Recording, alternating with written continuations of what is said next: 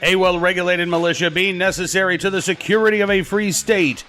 The right of the people to keep and bear arms shall not be infringed. Welcome to another edition of Bearing Arms, Cam and Company. My name is Cam Edwards. Homebound this morning, unfortunately, but we've got a great show for you. Regardless, I don't need to be in the studio to have a guest. Oh, no. In fact, we're going to be talking with Dan Eldridge from Maxon Shooter Supplies in Illinois about the recent state Supreme Court case in Illinois that threw out Cook County's tax on guns and ammunition. It's been a couple of weeks since that happened. What is life like for gun owners in Cook County? Hopefully a little bit more affordable now that tax is gone. But could this tax be coming back in a slightly modified fashion? That's one of the big questions and concerns that I'm sure Illinois gun owners have.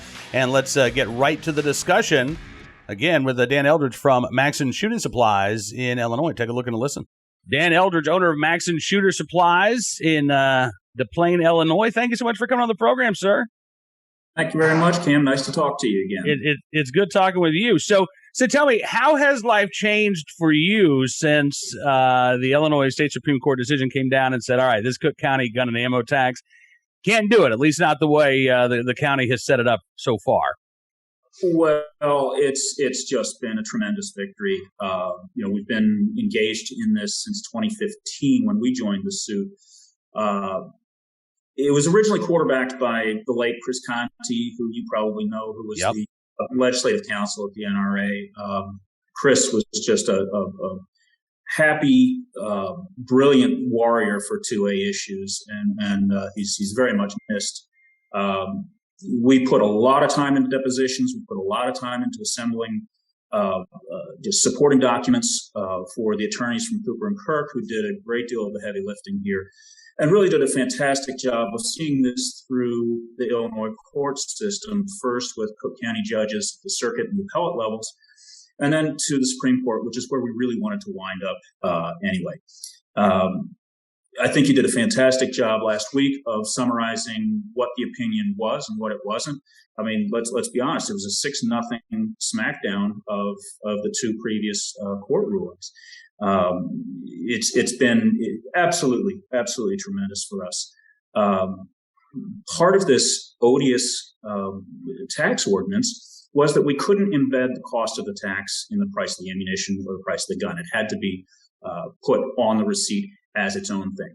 So in celebration of this tax being withdrawn or found unconstitutional, once Cook County gave us the word that, yes, we do not any longer have to collect this tax, well, we said, fine, we're going to rebate to our customers what they would have paid to Cook County for the rest of the month on every new purchase. So last week and a half, ending yesterday, we were knocking $25 off of every gun and a nickel off of every center fire, penny off of every rimfire round that went out the door.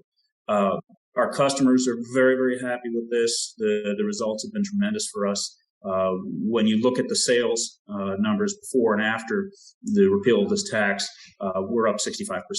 Wow. Now, part of that is the sale. Part of it is just the general goodwill that people have over this victory. This is a huge victory. Do you think, Dan, that over the course of this gun and ammo tax being in existence, I mean, did you have? It seems to me like if sales are up 65%, as you say, look, there might be some people out there celebrating. There might be some people taking advantage of that rebate you're offering. But I'm guessing too that there were some gun owners or new gun owners, gun buyers, who said, you know what, I live right on the border of Cook County and, some of the other kinds. I'm not going to go buy my gun in Cook County. I'm going to go somewhere else and buy my guns and ammo because I don't want to give Cook County any of my money. No question. And that was a common and understandable reaction to the tax. We chose to stand and fight. We could have picked up and moved a quarter mile or a half mile or a mile across the county line, but we chose to stand and fight. And we expressed to people that, we appreciate your support because we really do want to see this thing through and make sure that it doesn't happen again.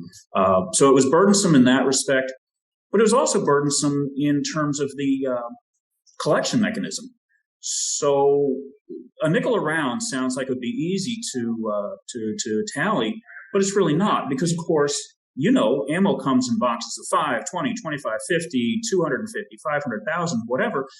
And that's not necessarily in your system, how many rounds are in that box. You're selling boxes, not rounds. Mm-hmm. So very, very manual process. We were spending probably 2 full days or more documenting this tax for the county. That's crazy. That's crazy.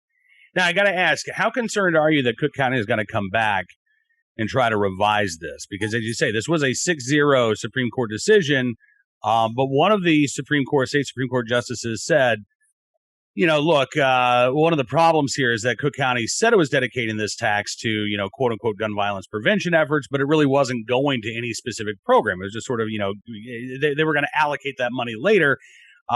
This might be allowable, basically, if they were to say, okay, this tax is going to go towards program A over here, and that ammo tax is going to go to program B over here. Are you worried that Cook County is going to try to come back and revise this thing and bring it back in some altered form? The Cook County Board is made up of 15 Democrats and 2 Republicans. I will see the map, and you will see just how intricately drawn these districts are. It used to be 5 to 12. There have been maybe not super minorities, but at least just minorities on that board. So with that said, I can't speak for what Cook County is going to do. The commissioner who brought the ammo tax, Boykin, in 2018, he was primaried from the left and lost. So that gives you a good idea of what some of these board members are coming from. With that said, the opinion from Justice Burke, Justice Thomas Burke, does say that, yeah, you should have gone farther. But the uniformity issues remain. You cannot tar law-abiding gun owners, gun purchasers, ammo purchasers with the criminal misuse of firearms and ammunition. There has to be a direct connection between the subject of the tax and the object of the legislation. And that's going to be very, very difficult to prove, especially when we have empirical evidence from the University of Chicago's crime lab, where they did a study of 100 plus inmates that were in for gun crimes of some sort. 96% of them had acquired their firearms through social networks, on the street, whatever. They were not buying them from FFLs. When we sell ammunition, in Illinois, you have to present a FOID card, a firearms owner ID card. Please tell me how many of these criminal violent offenders possess FOID cards. So it's going to be very, very difficult to say that these law-abiding people that are exercising a constitutional right have any relationship to the mayhem that the criminal misusers of the product are doing. So I think they will fail again on uniformity.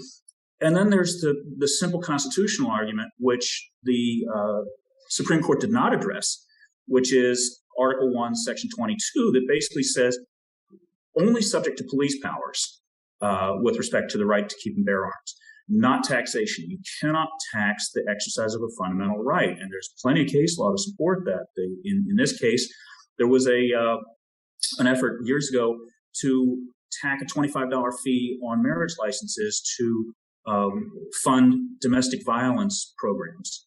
Well, I think that's really quite similar in this. That was thrown out as unconstitutional. You just can't tar lawful people with the criminal acts of criminals. Yeah, absolutely. I hope that the Cook County Board gets that message. I hope that they don't try to do this again. But it sounds like if they do, Dan, you are willing to stand and fight back in court if need be. We will. Absolutely. And, and besides this issue, I mean, the Illinois State Supreme Court still dealing with challenges to the FOID card's constitutionality. Illinois, I got to say, groups like Gun Save Life, the Illinois State Rifle Association, gun owners like yourself, FFLs. I know that there's a very active a group of licensed FFLs in the state of Illinois. I've spoken with Todd Vandermeid, who's done some lobbying with that group. You guys have a really great core of Second Amendment activists in the state of Illinois. And I am so glad to see it, because as bad as things are in Illinois, things would be so much worse if it weren't for the efforts of you and some of the groups that I just mentioned. Well, I appreciate that. Yeah, it's a unique environment that we're in here, where a lot of the FFLs are very comfortable working together, because we're all in the same trench here, and we've made tremendous progress over the last 10 years. I mean, we have what amounts to a very permissive concealed carry law, which you never would have thought would emerge in Illinois. People's default is that gun laws are very, very tough in Illinois, very, very tough in Chicago, and that's just not the case. One of the challenges now is against the mag limits and assault weapon bans in Cook County and the city of Chicago. I think Gun Owners of America has brought that action with Cooper and Kirk, who were counsel on this suit. So, we have a good track record once we get to the Supreme Court of winning these things. Yeah. And I'm happy to be part of that fight.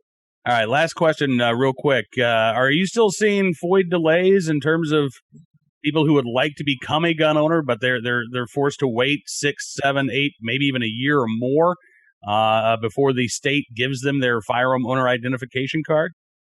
The issues have shifted from processing bottlenecks to system failures. So the portal has had some connectivity issues, the ISP portal. It's getting better. The delays have abated substantially from what they were during the summer of last year when it was at its worst. So getting better. All right. Well, that is good news. Dan, listen, thank you so much for spending some time with us, sir. It is good talking with you, and thank you so much for being in the fight. Thank you, Cam. I appreciate Dan joining us on the program. Looking forward to continuing this discussion going forward.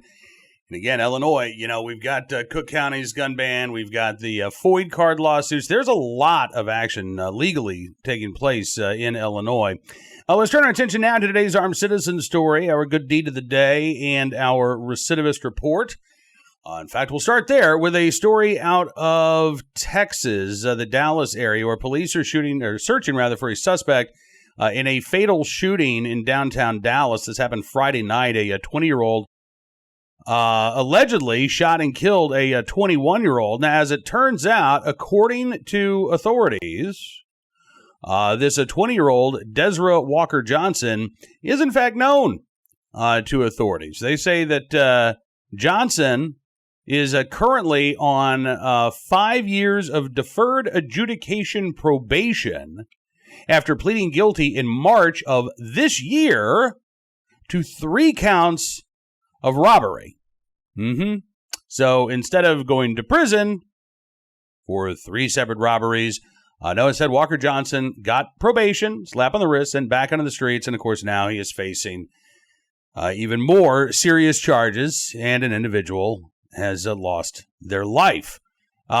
Speaking of shootings, how about a self-defense shooting? Today's Armed Citizen story from Fairfield County, Ohio, where a suspect at last reported in critical condition after assaulting a woman in her own home. This happened Friday night. Deputies, and this is a bizarre story, deputies responded to reports of a single car crash on Friday evening there in Fairfield County. When they got there, they discovered, though, that the driver of that vehicle had run away and then had come back. Deputies said that the driver started physically fighting with a man and a woman who were standing outside of their home. One of the homeowners pulled a gun, told the man, "Stop!" but he began to attack her. Deputies say the woman told him to stop several more times and then fired 5 rounds at the suspect. He was shot at least 3 times. According to officials, was transported to an area hospital in critical condition.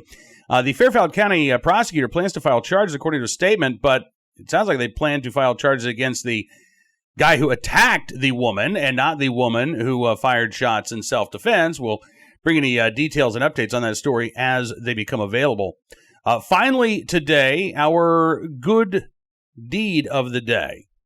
And this one, I got to tell you, we talk about being in the right place at the right time, willing and able to do the right thing. I don't think there was any doubt that this woman was going to try to do the right thing, but I'm just glad that she was successful. A mom saving her 4 kids from a house fire in southeast Michigan, and she was severely burned. Michaela Vish repeatedly went back into her home in Chelsea, Michigan, to save her 4 children. This was on Tuesday. Lieutenant Derek Klink of the Chelsea Fire Department says it's the most heroic thing I have ever seen. Michaela deserves all of the credit.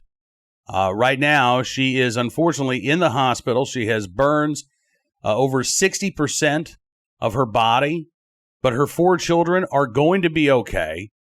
Fire department said that Michaela Vish has a very long road ahead of her, and the family lost everything in the fire and is in desperate need of help. Chelsea, Michigan, by the way, in Washtenaw County, about 50 miles west of Ann Arbor, there's a GoFundMe that's raised more than $35,000 for the family, but hopefully that community is going to come together and help Michaela Vish and her kids in their road to recovery. But again, in the right place at the right time, willing and able to do the right thing to save your own children. Michaela Vish, you are today's good guy of the day, and we thank you very much for your heroism and your fast acting. All right, that is going to do it for this edition of Bearing Arms Cam & Company. Apologies again for the homebound nature of today's show. My oldest dog is ill, so we've got to take him to the vet, and that's just kind of played havoc with my schedule. But I should be back in studio tomorrow. It's Election Day on Tuesday in Virginia and in New Jersey. You've got the Public Safety Initiative. Are they going to replace the police department in Minneapolis? We've got that to talk about tomorrow. Also on Wednesday, don't forget, oral arguments in New York State Rifle and Pistol Association versus Bruin. So it's going to be a very big week here on Bearing Arms Cam & Company. I hope you'll be a part of each and every one of our episodes. Don't forget, by the way, to check out bearingarms.com throughout the day for even more Second Amendment news and information that you need to know about. And if you like what you see, you can become a VIP subscriber. Just use the promo code GUNS, and you'll get 25% off of your VIP membership. We really do appreciate your support. It allows us to bring you the Second Amendment news and information that the mainstream media doesn't want you to know about. They certainly don't want you to know about it the way that we report it, fact-based and in defense of your right to keep and bear arms. Have a great Monday. We'll see you soon here with another edition of Bearing Arms Cam & Company. But until then, be well, be safe, and be free.